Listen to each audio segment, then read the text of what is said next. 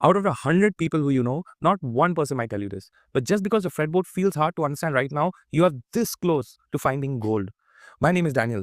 And if you give me less than 2 minutes, I'll show you how I helped many of my avid guitarists from the very edge of giving up by showing them how to create art from their fretboard that always felt very daunting for them.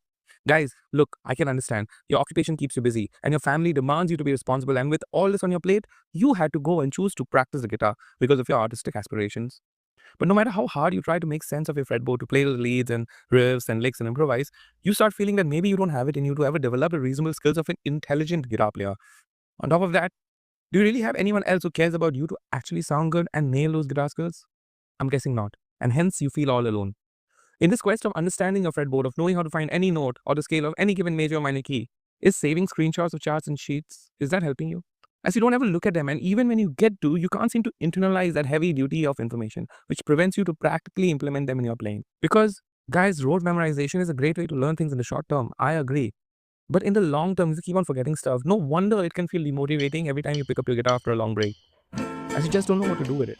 But there is a way that we call the bar chord puzzle that can help you not only to make your practice sessions addictive, but to slowly, over time, make the fretboard as fluent in your playing as the words that you say. Follow these 3 simple steps 3 times a week when you sit with your guitar, and I promise you, if you're consistent with it, within a month, the fretboard will reveal its magic to your fingers so that you can make some art. Ready? Let's go. Step 1. Strum on any bar chord shape with a drum beat at the background. You may use the major shapes like G major or C major, or the minor shapes like A minor or D major. Step 2. Whichever shape you choose, figure out the higher octave scale underneath that chord and practice that scale for a while.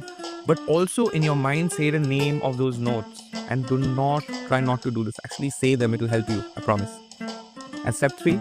For every 4 bars of music, which essentially means 4 rounds or 4 beats, shuffle between playing the chords and then running some random notes of the scale underneath. And you will not only start understanding the arrangements of the notes in the fretboard, but also how to play them with groove over a backbeat, which indeed is the most important for you musically. If you have not already attempted this activity before, it may be because you feel you need to practice more. But trust me guys, doing this is the practice. And even though you may not sound good at first, you have to force yourself to not quit. And just making your objective to make bad sounds in the beginning should be the goal. You have to make bad sounds. That's easy, right?